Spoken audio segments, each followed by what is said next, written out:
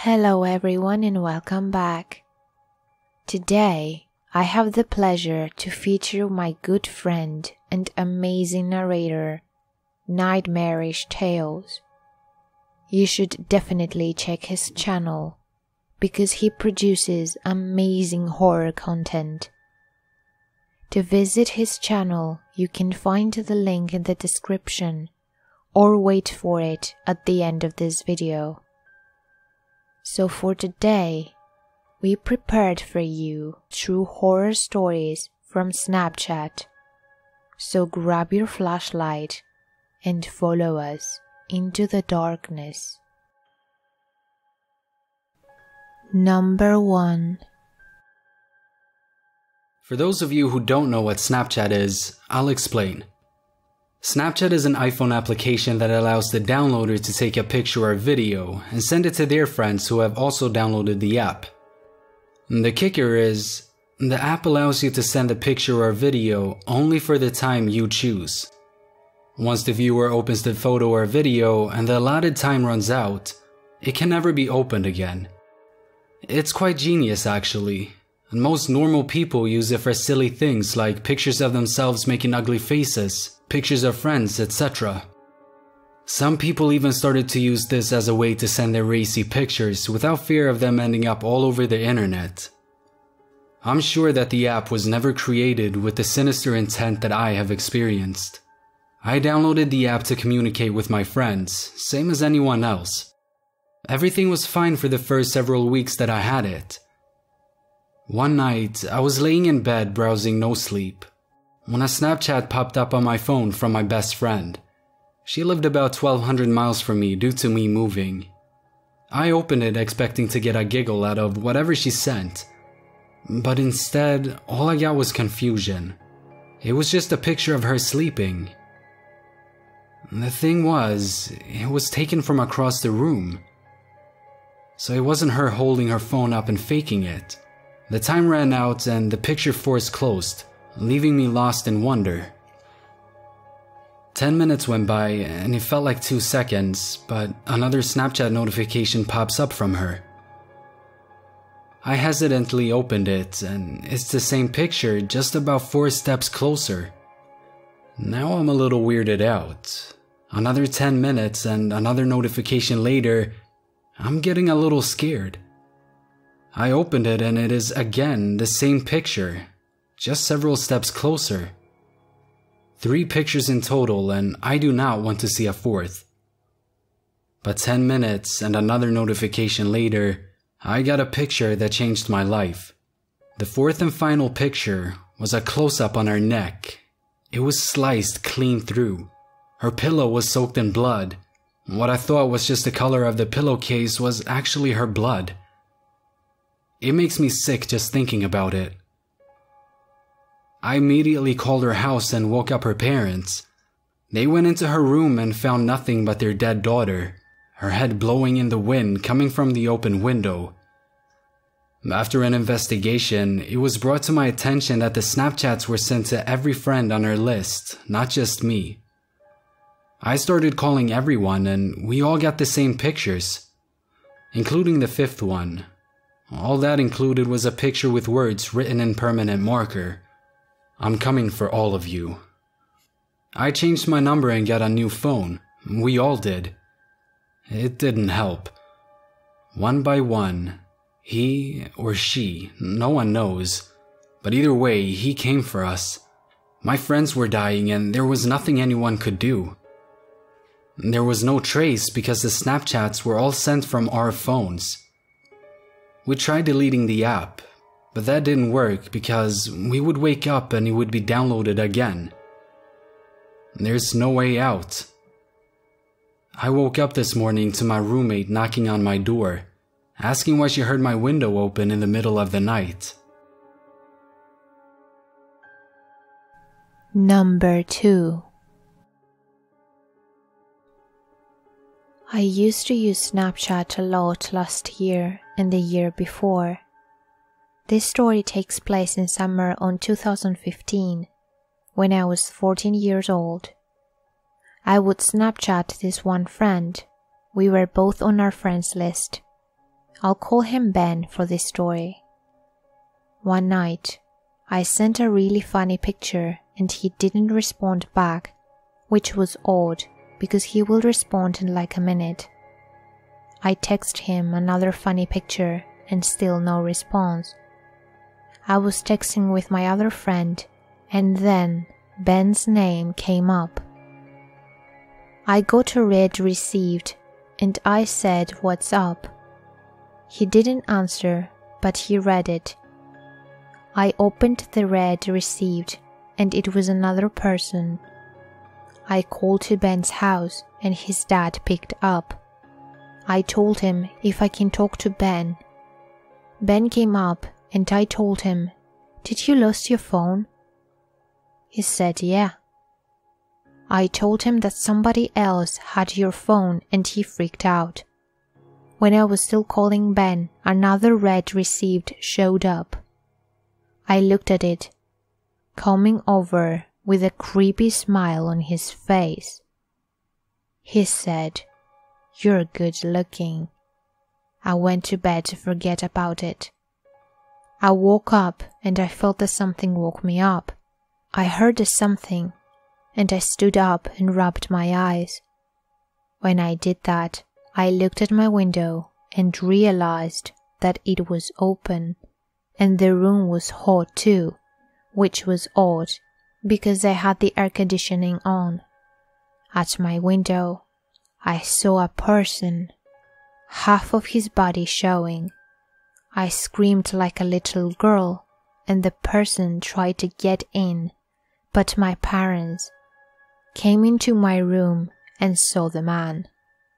The man couldn't get out, so we contacted the police and arrested the man. I know that man could be behind bars. Number 3. It started out as a pretty normal night. Ate a few bowls of Lucky Charms or whatever sugar-filled delicacy was in my pantry, and then pulled out my phone to see if anyone wanted to be social. Like normal, nothing. No texts, no Twitter notifications, and more recently, no Snapchats. For those of you not too tech-savvy and aren't aware of this app, it allows you to send pictures to friends for a couple of seconds. Usually after the late-night games of FIFA, there would usually be 1 or 2 snaps from good friends, but nothing too spectacular. Until that night. I just finished my 9th game of FIFA and it was about 1:15 in the morning. Considering that it was a Tuesday and I had an important bio test the next day, I figured I should probably catch some sleep. But of course, not without checking Snapchat. With my eyes barely able to stay open now, I managed to open up the app and like usual, 0 notifications. I wasn't bothered too much and honestly, the only thing I was thinking about was the sleep I so desperately needed. So I shut off the phone, plugged it into the charger and fell deep asleep.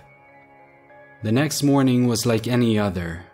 Woke up at 5:30, thought of several excuses of why I shouldn't go to school, but eventually convinced myself to get up, my main motivation being breakfast. As I rolled over to unplug my phone, it was unplugged from the charger and placed next to me on my bed, unlike the shelf on my dresser where I believe I left it the night before. But I disregarded this, thinking I just knocked it in my sleep or something. However, as I turned on my phone, I saw a sight that I'm so unused to seeing. 12 Snapchat notifications. Did I really become the most popular guy at school overnight?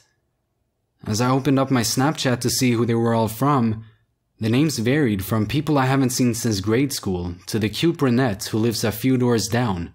What could they possibly be snapping me? Reluctant at first, I opened up each snap one by one, amazed by the same shocked facial expression that every single person had, and the same words that every person had written. Who's that man laying next to you? Number 4. Last month, I was at my friend's house for a sleepover. For her safety, I'll call my friend Kate. She is much more of a social media girl than I am. She introduced me to Reddit and finally got me to make an Instagram account not very long ago. On the other hand, she has an account on every site I've heard of: Tumblr, Reddit, Instagram, Twitter, Snapchat, and so on. And she has a Kik and almost likely other messaging apps. She constantly goes online and finds people to talk to. She even once had a boyfriend who lived in the UK. It didn't last long.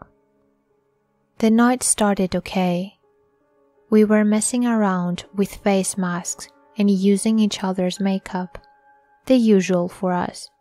She's always trying to get me to be more girly, pull my head out of books, she says. We had ordered pizza and were chilling on her bed. She was of course scrolling through one of her sites and messaging someone. And I was going through her expensive makeup and nail polish collections when my head suddenly snapped up. I felt like I had either heard something or felt someone looking at me. I found myself staring out the window, so I got up and walked over to look out of it. It was still daylight, so I saw very clearly a man standing across the street. He must have seen me because he quickly ducked behind a car. Then, a moment later, ran down the street. Kate asked me what I was doing, so I told her what I just saw. Of course, she didn't believe me and told me to stop trying to scare her. I figured that man could have doing anything, so I tried to forget about it. Sometime later, Kate said something about the guy she was kicking being a creep. I thought it was kinda weird, because I knew she was messaging a guy she had found a few months ago, and she had really liked him. For this story, I'll be calling him Mike. When I asked what she meant, she said that he kept saying she was clean and needed to protect it, and more than once he said he would come to her house. I agreed. That was really freaky, and told her to block him, which she did. As it got later and darker, Kate got more and more unnerved by her messages. It was clear she was trying not to show it, but I had known her for too long to not be able to tell. After my 5th or 6th time asking her what was going on, she finally told me. She said that an hour after she blocked Mike, a new account messaged her asking why she stopped talking him, and when she asked him what he was talking about, he said it was Mike and that he just wanted to be her friend. This really freaked Kate out, but she didn't want to upset him, so she said it was an accident and they moved on. Here, she showed me the messages. Pretty soon he got creepy again, saying stuff about her beauty being too long for little boys to touch, and eventually he said he would hurt boys who tried to take her away. After that, Kate blocked him again, but she kept getting messages from new accounts, and they got angrier and angrier the more times Kate blocked them. Just when Kate put her phone down from showing me the messages, she got another one. It only said, "I know where you live." We could only stare at it in shock. After a few moments, another message came in. It said, "I'll protect you from them." I told Kate to tell her parents. She said no, as I expected. Her parents don't like her messaging people from the internet, as they say. They are very controlling and would take any excuse to yell at her or her brother I tried to convince her that it didn't matter if this guy has her address. This could get bad really quick. But she wouldn't give in. She said that her parents would probably take her phone and yell at her. And I knew she was right. It was a slim chance they would have done anything. But I still felt like something awful was going to happen. She got few other messages during our argument, along with the lines of, "Why aren't you answering?" and "You need me to protect you from them." But eventually, the messages stopped and we put in a movie to distract ourselves. It was 2 in the morning when we started to drift off finally, the crazy messages far from our minds, when a loud bang woke us up. Kate screamed and I tried to find the source. Then it happened again.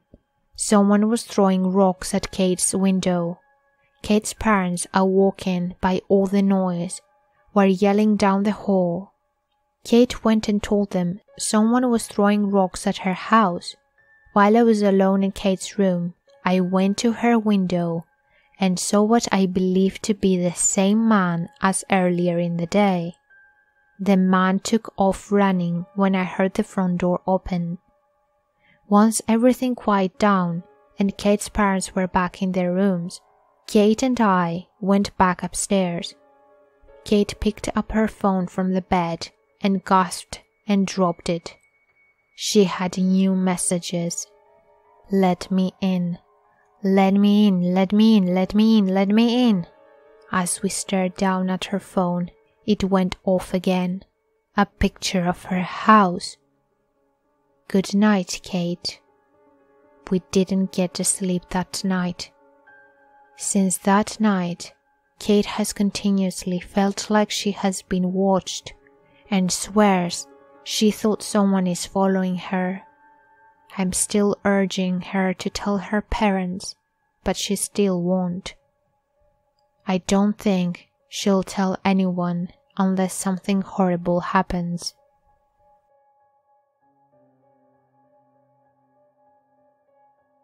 Hey there, thank you so much for listening.